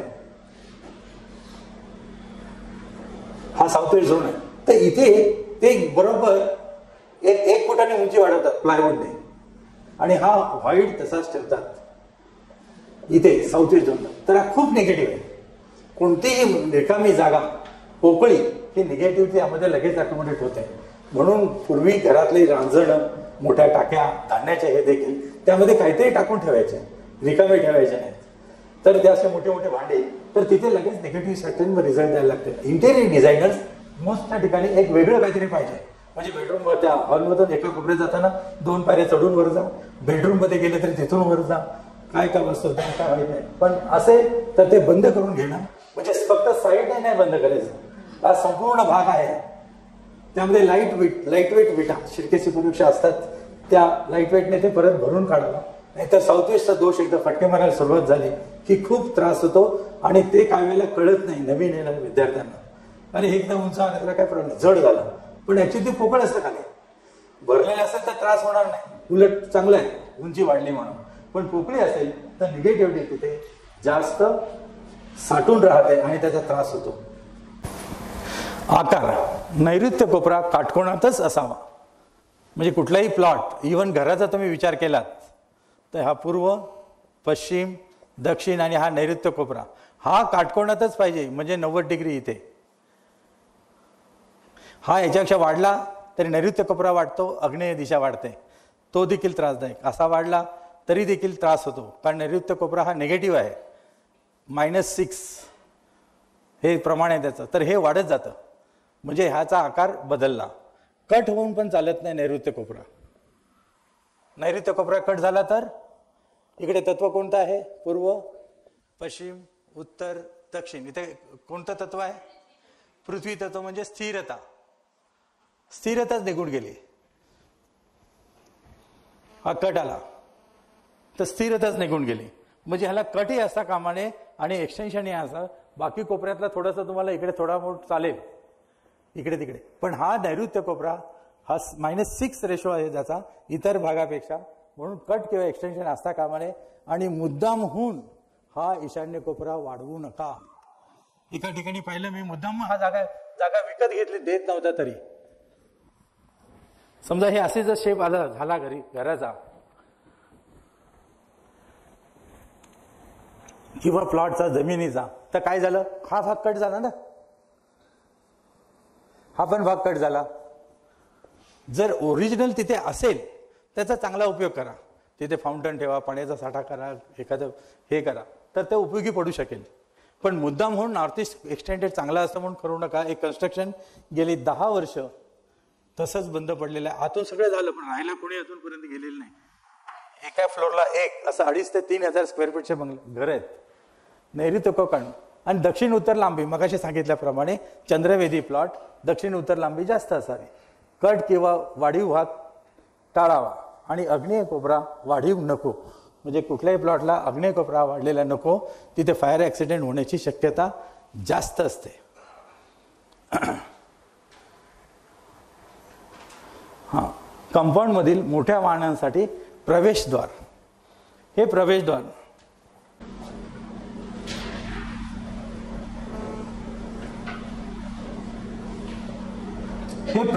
ठेवताना आणखीन एका सराउंडिंगचा देखील विचार करायचा असतो, की फक्त आपलं घर एवढंच वास्तूप्रमाणे केलं तरी चालत नाही. सराउंडिंग हे इंडिव्हिज्युअल डेस्टिनीपेक्षा सराउंडिंगची म्हणजे कलेक्टिव्ह डेस्टिनी स्ट्रॉंग असते.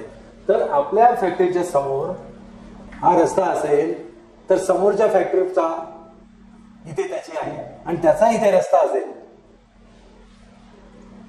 तर त्याच्या समोर एक्झॅक्ट तुम्ही गेट लावलं तर हा देखील एक दोष होतो. विधिशुला म्हटलं जातं त्याला. तर हे देखील आपल्याला पाहावं लागतं. हे तुम्ही ज्यावेळेला घराचा फ्लॅट निवडता त्या फ्लॅटमध्ये 4थ्या माळ्यावर जरी गेलात, तिथून जर पाहिलं की रोड अटॅक होतं आणि तुमच्या तिथे गॅलरीला जर दरवाजा असेल किंवा आपल्या घराचा दरवाजा असेल त्याचा त्रास होऊ शकतो. घराचा दरवाजा पायरीजवळ असेल पण तिथे जर तुमच्या बेडरूमला किंवा एखाद्या हॉलला दरवाजा असेल, खिडकी असेल मोठी, तर तो वेध होतो. तसंच इथे पण काळजी घ्यायला पाहिजे की डेड एंड तो मारतो, पण ह्या रस्त्यामुळे त्याची तीव्रता कमी होते, जोरात फटका बसत नाही. पण जर या गाडीवरून एखादा सिमेंटचा ट्रक ब्रेक फेल झाला तर डायरेक्ट तुमच्या बिल्डिंगवर आदळेल ना. तर ते आपल्याला काळजी घ्यायला पाहिजे की दरवाजे कुठे असतात. तर ह्या दरवाजे ठेवताना देखील आपल्याला वाहनाचे 2-3 प्रकार असतात. ते आर्किटेक्ट जास्त काळजी घेतात, पण आपण देखील बघायला पाहिजे की हा रोड आहे, हे तुमचं कंपाऊंड आहे, एक वाहन पूर्णपणे उभं राहील एवढं थोडंसं आतमध्ये यावं. हे हाफ राऊंड किंवा हे इन गेट आणि आउट गेट 2 दरवाजे असावेत फॅक्टरीला. इन इकडे असं केल्याने आतमध्ये येईल प्रदक्षिणा मार्गाने सगळं काम करेल आणि निघून जाईल. आणि हा इन आणि आउट हे प्रदक्षिणा मार्गानेच जायचं. हे जर उलट झालं ते देखील निगेटिव्ह दाखवतं. मग अशा आपण पाहिलं हे इंडस्ट्रियल एरियातील भूमीचा अवतार पूर्व उत्तर ईशान असावा. हा इंडस्ट्रियल एरियामध्ये नॉर्मली टेबल लाईट असते, त्याच्यावर असतील तर स्टेप असतात. स्टेप म्हणजे जर ते उताराला असेल तर इथे इथे इथे काही इंडस्ट्रियल एरिया, नंतर इथे थोडासा उतार असतो, परत इथे काही असतात, अशा प्रकारे. तर हा जो इथे आहे उतार, तर ही पूर्व, ईशान्य आणि उत्तरेला असेल तर हरकत नाही इथे घ्यायला. याच्याऐवजी हा बरा, कारण इथे ही प्रोटेक्ट झालेला आहे आपल्याला. हा उतार या बाजूला झाल्यामुळे इथे उतार आहे आणि ह्या बिल्डिंगमुळे हे झालं. पण हे घेताना आपण व्यवसाय कोणता करतो ते देखील पाहायला हवं. तर अशा प्रकारे पावसाळ्यात तिथे पाणी साठतं का बघायला पाहिजे. नाही तर नेमकं आपण जिथे प्लॉट घेतला त्या ठिकाणी पावसाळ्यात पाणी साठत असेल असं होऊ शकतं. म्हणून जर आपल्याला याची देखील चौकशी करावी लागते. आता आपण आतमध्ये शिरू. फॅब्रिकेशन जर एरिया असेल, फॅब्रिकेशन म्हणजे जिथे लोखंडी सामानाचं जोडकाम होतं, म्हणजे कंपन्या ट्रकच्या बॉडी असतात किंवा आयसरचे जे बॉडी असतात, काही म्हणजे ट्रकच्या किंवा जीपच्या वगैरे जे बॉडी बांधली जाते लोखंडी, ते फॅब्रिकेशनमध्ये होतं. किंवा गेट बांधणं, ग्रिल बांधणं वगैरे अशा प्रकारचं शेड करायचं असेल तर ह्या शेड बांधताना देखील त्यामध्ये आपल्याला एक विशिष्ट अशा प्रकारचा विचार करावा लागतो वास्तुशास्त्राप्रमाणे.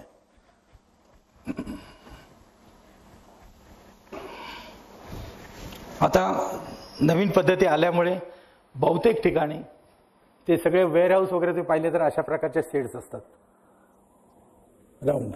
आणि मग याच्यामध्ये त्यांनी याचा प्लॅन पाहिला, व्हेंटिलेशनसाठी मोठे झरोके ठेवलेले असतात आणि लाईटसाठी अशा शीट्स असतात, ट्रान्सपरन्स शीट. ही जुनी पद्धत झाली, म्हणजे आता नवीन डेव्हलप झालेली. जुन्या पद्धती होत्या, मिल्स पाहिल्या असतील तुम्ही बॉम्बेच्या, अशा प्रकारे. या इथे काचा असायच्या आणि ह्या स्लोप आणि ते पाणी कलेकडून एका साईडला काढलं जायचं. तर हे जर दक्षिणेच्या बाजूला आलं तर हे तापलं जायचं,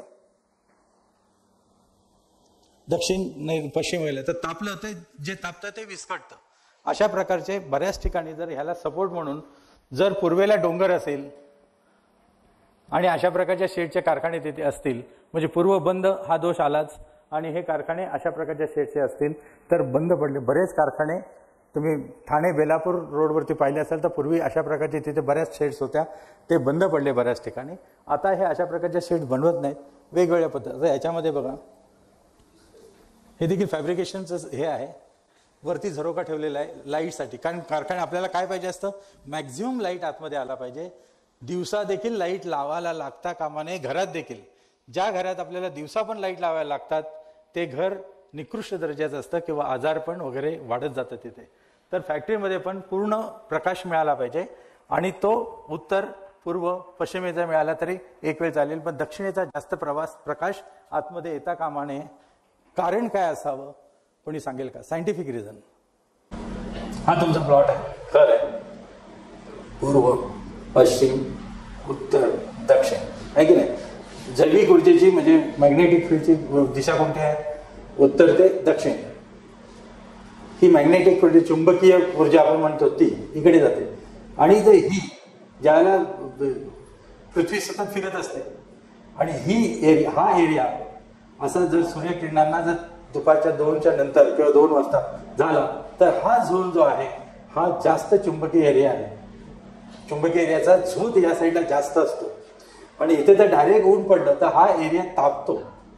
ज्यांची घरं ह्या नैऋत्य कोपऱ्यामध्ये आहेत आणि मोठ्या खिडक्या आहेत, तुम्ही बघा 2, 2:30, 3 नंतर तुम्हाला इथे बसता पण येतं, एवढं ऊन तडाखा बसतो. जर खिडक्या ट्रान्सपरंट असतील तर इथे ठेवलं की हे मॅग्नेटिक फील्ड चेंज होतं. मॅग्नेटिक फील्डमध्ये काय, आयर्नचं प्रमाण आहे आपल्या शरीरामध्ये पण.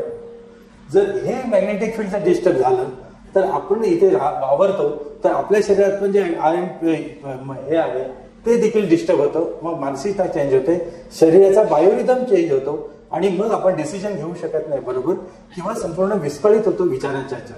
तसंच इथे तसं होतं, जर तुम्हाला या दक्षिण नैऋत्य पश्चिमेचा जास्त उन्हाचा तडाखा बसला तर इकडचं हे मॅग्नेटिक फील्ड हे तुम्हाला नंतर त्रास देतं, म्हणजे वर्कर्समध्ये बेबनाव होणं, मालक आणि वर्कर्समध्ये. तर शक्यतो हे प्रोटेक्टेड हा कोपरा असला पाहिजे. इथे डायरेक्ट ऊन कोणतं येता कामा नये. जर हे ऊन येत असेल तर त्याला कलर फिल्म, कलर लावून, पडदे लावून घरामध्ये बंद करता येतं. पण इंडस्ट्रीमध्ये तिथे कोणतं तरी वजन ठेवून ते ब्लॉक करावं लागतं. वजन कोणतं कोणतं सगळ्यात जास्त हेवी मेटल कोणतं आहे? कुठलं? लोखंड. त्याच्यापेक्षा हेवी काय ते समजलं नाही? ब्रास. त्याच्यापेक्षा जड काय ते? लेड. बरोबर. लेड कसं क्वांटिटी थोडी असते पण त्याचं जडचं घनत्व जास्त असतं. अशा प्रकारचं लोखंड त्याच्यापेक्षा थोडंसं कमी डेन्सिटी, त्या म्हणतात पॉईंट करता, वजन करताना डेन्सिटी आपण वापरतो ना फ्रॅक्टर, त्याप्रमाणे. तर ते इथे ठेवलं तर हे सगळं उष्णता किंवा व्हायब्रेशन हे तिथे तसं फॅक्टरीमध्ये आपल्याला वजन ठेवावं लागतं किंवा तिथे चौथरा बांधावा लागतो, जेणेकरून समजा हा नैऋत्य कोपरा आहे, इथे मी एका ट्रक उभा राहील एवढा चौथरा बांधला तर तिथे सामान त्याच्यावर ठेवून ट्रक इथे येईल, वरच्यावर डायरेक्ट भरता येईल आणि नैऋत्य कोपरा जड पण झाला आणि सामान न्यायला देखील बरोबर. हे आपलं स्किल आहे वास्तू कन्सल्टंटचं. तुम्ही कसं ते बॅलन्स करता. आणि इथे बॅलन्स करणं म्हणजे तत्वांचं बॅलन्स करणं, ऊर्जेचं बॅलन्स करणं, त्याप्रमाणे. नेक्स्ट, नैसर्गिक सूर्यप्रकाश इथे यायला पाहिजे. तर शेड झाल्या. जर काही टूल रूम्स असतील किंवा ज्या ठिकाणी असेंब्ली काम वगैरे चालतं तिथे RCCचं छत असतं. RCC कॉन्क्रीटचं, लक्षात आलं असेल आपल्या घरामध्ये जसं असतं तसं. तर हे जे पिलर असतात, हे पिलर, कारण ह्याला मोठा एरिया असल्यामुळे त्याला सपोर्ट पण द्यावे लागतात आणि हे स्ट्रक्चर देखील मजबूत करावं लागतं. त्या स्ट्रक्चरच्या खाली, ह्या बीमच्या खाली कुठलीही मशीन किंवा माणूस उभा राहणार नाही अशा प्रकारची रचना आपल्याला करून द्यावी लागते. तुळईच्या खाली त्याचं प्रेशर असतं, त्या तुळईचं, त्याच्या खाली मशीन पण येता कामा नये आणि माणूस देखील त्याच्याकडे बसता कामा नये. आता जर अशा एरियामध्ये मशीन ठेवायची असेल तर बरोबर ही एरिया आणि त्याचं हे बघून, प्रोसिजर बघून बरोबर ह्या मोकळ्या एरियाच्या मध्ये मशीन ठेवायची आणि त्या काम करणाऱ्या वर्करचं तोंड पूर्वेला किंवा उत्तरेला असेल अशा प्रकारे त्याची रचना करायची. ही रचना करताना आपल्याला ते प्रोडक्शन कसलं आहे आणि त्याची प्रोसेसिंग काय आहे ह्याचा देखील अभ्यास करावा लागतो. तर नैसर्गिक सूर्यप्रकाश व्यवस्था चांगली. आता इथे बघा, इथे खिडक्या दाखवल्यात त्यांनी. नैसर्गिक प्रकाश भरपूर असावा. नंतर मशीन शॉप, असेंब्ली शॉपसाठी असेल तर हे उपयोगासाठी पडतं RCCचं. मग हे ह्याच्यासाठी काम, मग हे शेड्स, अशा शेड्स किंवा ह्या अशा प्रकारच्या शेड्स या कामासाठी का वापरले जात नाही.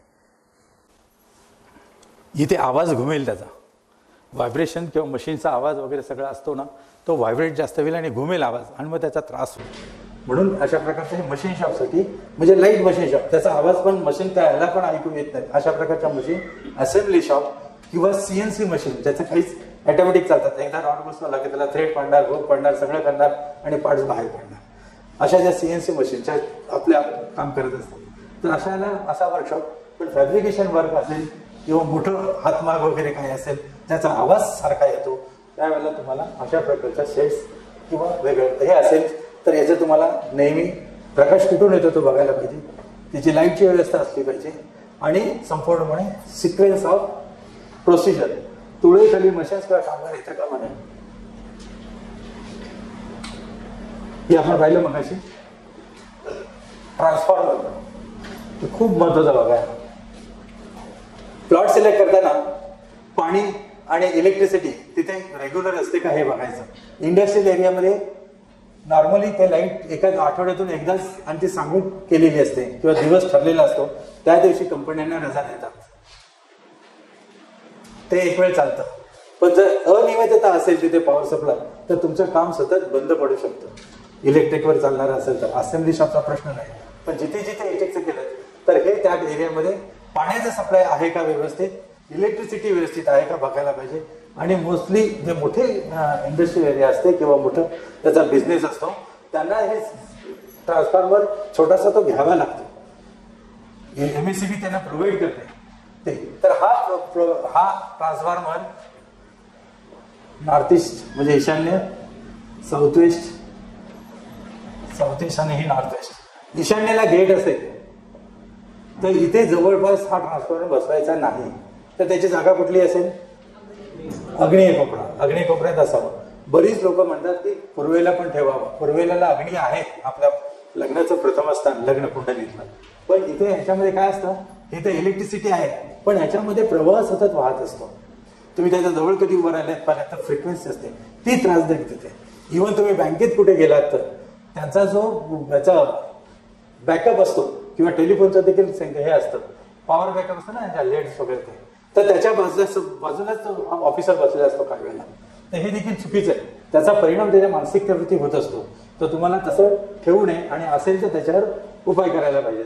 तर ट्रान्सफॉर्मर ईशान्य पूर्व विभागात नसावा. शुभ ऊर्जा जास्तीत जास्त या विभागात असते. जसं नॉर्थ ईस्टमध्ये दोन्हीकडची ऊर्जा असते ना, ही पॉझिटिव्ह ऊर्जा आहे, ही पण पॉझिटिव्ह ऊर्जा. नॉर्थ ईस्ट झोन जर इथेच जर ट्रान्सफॉर्मर हे केलं तर हे जे व्हायब्रेशन हे डिस्टर्ब होईल. म्हणून ते दरवाजाजवळ किंवा गेटजवळ असू नये, साऊथ ईस्ट झोन मध्ये असावं. नेक्स्ट पुढचं हे गेट आपण पाहिलं. ईशान्य प्रवेशद्वाराजवळ ट्रान्सफॉर्मर नसावे, तसेच पाण्याची भूमिगत टाकी असू नये, याचा देखील फार परिणाम होतो.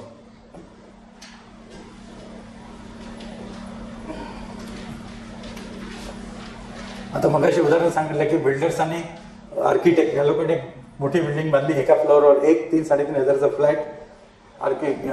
याला एका वास्तू कन्सल्टंटला सांगितलं, त्याने मुद्दामून डिझाईन त्याचा असंच केलं. नॉर्थ ईस्ट कोपरा वाढवला, इथे त्याचं गेट, इथे जवळजवळ 20 ते 25 हजार लिटरची पाण्याची टाकी खाली जमिनीखाली. हे गेट एंट्रीचं एकच गेट. आज 10 वर्ष झाले ते बिल्डिंग मध्ये काम चाललंय, कर्जबाजारी सगळे आहेत, व्यवस्थित चाललेलं आहे, आतमध्ये राहायला अजून कोण गेलेलं नाही बरीच वर्ष. तर हे अशा प्रकारचे हे दरवाजातच खड्डा, म्हणजे पाय टाकल्याबरोबर खड्ड्यात अशा प्रकारचं. जरी इथे असलं तर ते कुठे असलं पाहिजे? आपली वास्तुपुरुष देवता आहे त्या देवतेमध्ये ईशान्य कोपऱ्यामध्ये इथे शिखी, आप आणि आपवस्त अशी जी स्थानं आहेत, तर त्या स्थानात पाणी असलं तर चालेल. म्हणून ते गेटच्या समोरच असलं पाहिजे असं काही नाही. तर हे अवॉइड करायला पाहिजे, ही जागा शिफ्ट करायला पाहिजे, नाहीतर मग त्याचा त्रास होतो. नाहीतर हे गेट शिफ्ट करा, हा त्याचा उपाय आहे. तर ह्या अशा गोष्टी असतात त्या बघायला पाहिजे. गेट ठेवताना ते ट्रक, काही जर मोठा कारखाना असेल तर ट्रेलर्स जाणारे असतात, तर त्याला फिरण्यासाठी तेवढी जागा मिळाली पाहिजे. त्यासाठी तर प्रोडक्शन काय आहे, कोणत्या प्रकारचे गाड्या आहेत, हे सगळं बघायला पाहिजे. मग ते ठरवायला पाहिजे. आपल्याला महत्वाचं काय, इन अँड आउट गेट, आतमध्ये प्रवेश केल्यानंतर तो क्लॉकवाईजने फिरला पाहिजे, हे महत्वाचं आहे, एवढं लक्षात ठेवायचं. नेक्स्ट, स्ट्रक्चरच्या चारही दिशेला मोकळी जागा असावी, जे मगाशी सांगितलं त्याप्रमाणे. हे बघा, हा हरिद्वारचा कारखाना आहे. कारखान्यामध्ये ज्या नवीन सुरू करणार होते त्यावेळेला केलं तुम्ही तिथे ते पिळाचे बल्ब पूर्वी होतं ना, आता LED आहेत त्याच्या अगोदर, त्याचा कारखाना त्यांना बांधायचा होता. तर त्यावेळेला सगळे तिथे काढलेले फोटो. तर हे असे चारी बाजूने कंपल्सरी दरवाजे ठेवायचे इथे. आणि त्यांचा इलेक्ट्रिसिटीचा जो मेन बोर्ड होता तो बरोबर पूर्वेला होता, पूर्व दिशेला. हे उत्तर, हे पूर्व. फार मोठा बोर्ड होते, संपूर्णपणे त्यांना शिफ्ट करायला लागले. आणि त्याला रोड अटॅक, ह्याला रोड अटॅक नव्हता, तर हे त्याने अग्नी कोपऱ्यात शिफ्ट करायला सांगितलं. तर हे अशा प्रकारचं. पण त्यांनी कसं सल्ला दिला, माणसांना बोलवलं, सांगितलं एकल या असं उठालं. त्यावेळेस तुम्हाला काम करायला मजा येते, किंवा तुमच्यामध्ये कमांड पॉवर किती आहे ते लक्षात येतं. नाही ते करू आपण, जाऊ दे नंतर बघू असं म्हटलं की तुम्ही जास्त डोकं खायची गरज नाही, पण तो करणार नाही एवढं आपल्याला माहिती असते. तर अशा वेळेला जास्त हे करीत नाही, पण सल्ला देणं हे आपलं काम आहे. त्याप्रमाणे जर कंपाऊंडमध्ये तुम्हाला देऊळ असेल, पाहिजे असेल, तर ते वायव्य कोपऱ्यामध्ये असेल. वायव्य कोपऱ्यामध्ये ईशान्येला म्हणतात काही लोक, पण ईशान्येला आपण म्हणतो की हे गेट असावं पूर्वेला वगैरे वगैरे. तर वायव्य कोपऱ्यामध्ये न्यूट्रल आहे ते, आणि एका साईडला देखील घेता येतं. ही उत्तर असेल, ही पश्चिम आहे, ही असेल तर ह्या कोपऱ्यात असावं. इथून आलं तुम्हाला करता येतं आणि बाहेर जाता येतं. तर अशा प्रकारे. आणि देवळं बांधताना घराच्या बाहेर जी देवळं असतात त्याच्या देवाचं तोंड पूर्वेला असावं, आणि पूजा करणाऱ्याचं तोंड पश्चिमेला असावं, आणि घरातल्या देवाचं तोंड पश्चिमेला असावं, आणि आपलं तोंड पूर्वेला असावं. हा फर्स्ट चॉईस आहे. सेकंड चॉईस वायव्येला तुम्ही देवाला गेलं तरी हरकत नाही. नेक्स्ट, वर्कशॉप आणि ऑफिस एकाच कंपाऊंड मध्ये असते, काही वेळेला असतं. आता जे वर्कशॉप पाहिलं ते तसंच होतं. इथे ऑफिस बिल्डिंग आणि हा इथे हे पण आरसीचं होतं आहे. आरसीसीचं खाली एक लेवल आणि हे उंच होतं ते पण ऑफिसचं होतं. तर ह्यामुळे इथे उत्तरेला हे इथे कसं होतं मग या ठिकाणी तुम्हाला त्यांचे लाभ, क्वालिटी सर्वेलन्स, ॲडमिनिस्ट्रेटर वगैरे हे ठेवता येतं आणि इथूनच याच्यावरती उंच असल्यामुळे सुपरविजन करता येतं. अशा प्रकारे अशा बिल्डिंग काही आपल्या करता असतील तर.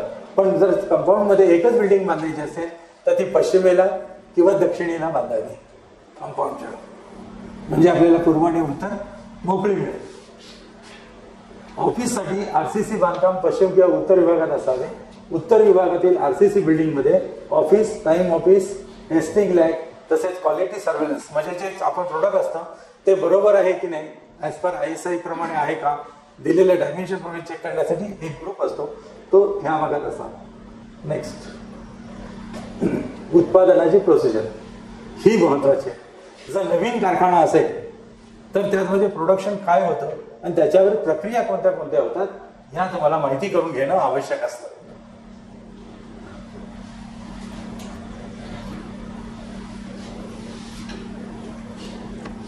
एखादा मस्त हॉटेलमध्ये खाली जात होते तर मी म्हणलं इथे काय आहे, काय नाही म्हणे वाळू साठवलेली आहे.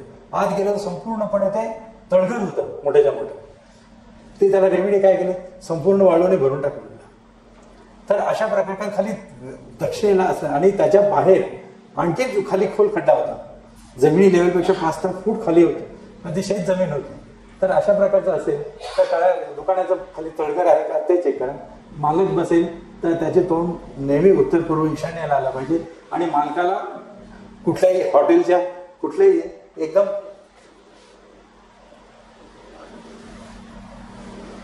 इथे गेट आहे तर त्याला गेटवरच बसवायचं, हॉटेलच्या मालकाला पण आणि याच्या पण. आणि काही लोक दक्षिण नैऋत्येला पाहिजे म्हणतात आणि तिथे बसवतात, ते बरोबर योग्य नाही. काउंटर हे बाहेरच असलं म्हणजे हॉटेलमध्ये पण, कारण जाता येताना बाहेर पडताना त्याला बिल विचारता येतं, आतमध्ये आल्यावर देऊन गेलाय की नाही बाहेरच्या बसायला पण कळत नाही. तर अशा पण ऑफिसर मात्र या कोपऱ्यात बसायला हरकत नाही. नेक्स्ट, हे विदिशा होतं. विदिशाची हे करताना रेमेडी करता तो विदिशा फिरवायचा असा आणि तो प्लॉट काय करायचा आणि जो प्लॉट राहील त्यामध्ये नॉर्थ मार्क करून त्या पॉईंटला तिथे रेमेडीज करायच्या घर क्लिन्झिंग करण्यासाठी. पण शक्यतो इंडस्ट्रीला वगैरे अशा प्रकारची रेमेडी करता येत नाही. पण ज्या मुख्य दिशा आहेत त्या मुख्य दिशेला तुम्ही ते मेटल ठेवू शकता. आता रेमेडी करायची असेल तर मुख्य दिशेची उत्तरेचं मेटल कोणतं आहे, उत्तर दिशा. रेसिडेन्सला वापरतो तेच तिथे बरोबर. पूर्वेला मेटल कुठेही ठेवता येतं, तांबाही कुठे वापरता येतं म्हणून. पण तसं रेमेडी करायची असेल तर ते नसतं, चालत नाही तिथे. तर त्याची आपल्या रेसिडेन्ससाठी आपण जे मेटल वापरतो ते पूर्व, पश्चिम, उत्तर, दक्षिण. तर इथे एक 750 स्क्वेअर फीट पर्यंत हे नवीन रिडिंग हा स्क्वेअर फीट पर्यंत हे 500 ग्राम झिंक, पूर्वेला कॉपर याच्या दुप्पट 1000 ग्राम कॉपर, इथे ब्रॉन्झ याच्या दुप्पट म्हणजे 2000 ग्राम, दक्षिणेला याच्या दुप्पट लेयर. आणि इथे जर दोष असेल, टेरेस असेल, खिडकी असेल मोठी तर याच्या दुप्पट म्हणजे 8000 ग्राम. थोडक्यात आहे हे एक X, 2X, 4X, 6X आणि हे याच्या डबल. तर अशा प्रकारे हे मेटल आपल्याला बॅलन्स करावं लागतं फॅक्टरीमध्ये वगैरे हे ठेवून ह्याच्यामध्ये. आणखी पुढे व्यापारी संकुलची रचना करायची असेल तर तुळी, खांब, प्रवेशद्वार, तळघर याला महत्व द्या. खिडक्या कोणत्या दिशेला असायच्या जास्त, पूर्व, उत्तर, ईशान्य. मोकळी जागा हे कमर्शियल कॉम्प्लेक्स साठी आहे. बिल्डिंगच्या भोवतीची मोकळी जागा जास्त कोणत्या दिशेला, उत्तर, पूर्व, ईशान्य. बिल्डिंगच्या आतील ऑफिसची रचना,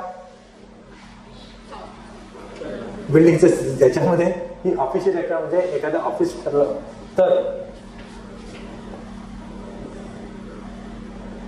पूर्व, पश्चिम, दक्षिण आणि उत्तर. इथे इथे हे नैऋत्य दिशेला इथे मेन ऑफिसर कोण असेल तो मॅनेजर वगैरे ते CMD म्हणा त्याची केबिन. इथे याच्यापेक्षा खालची ग्रेड असेल तो मॅनेजर. ईशान्येला रिसेप्शन आणि इथे डिस्प्ले करणारे किंवा जाहिरात वगैरे काय असतील किंवा सेल्समन वगैरे असतील तर त्यांनी वायव्य कोपऱ्यात बसावं. नंतर जनरेटर कुठे असावं? अग्नेयेला. नंतर इन्व्हर्टर अग्नेयेला.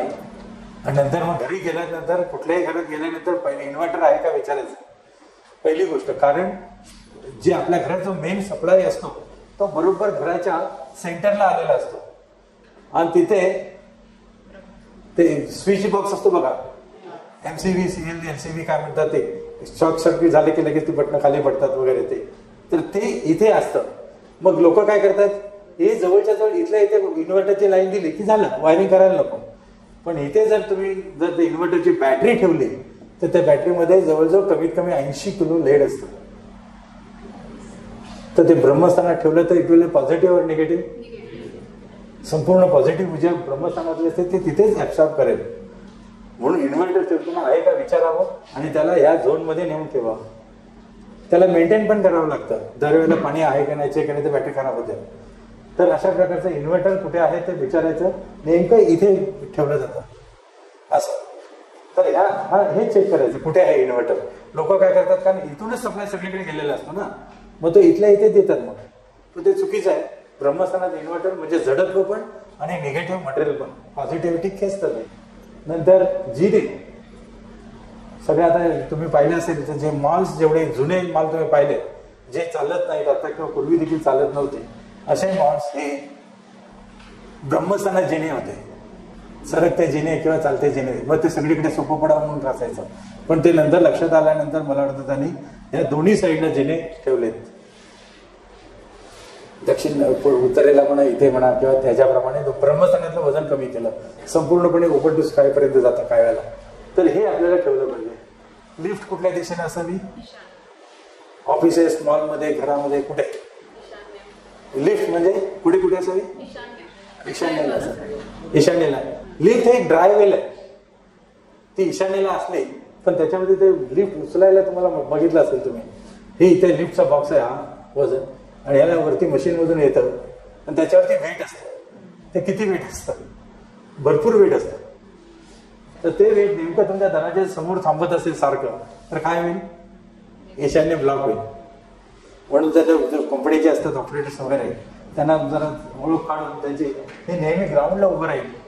पण हे ग्राउंडला उभं राहील तर लिफ्ट 27 वेळा वरची खाली यायला किती वेळ लागेल. म्हणून ते त्याप्रमाणे ते निगेटिव्ह पण नाही पॉझिटिव्ह पण नाही.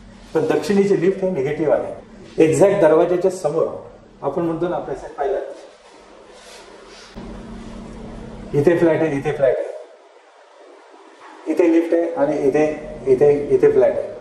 हा फ्लॅट आणि ही लिफ्ट, दरवाजा समोर लिफ्ट आणि दक्षिण दिशा असेल तर खूप निगेटिव्ह असते.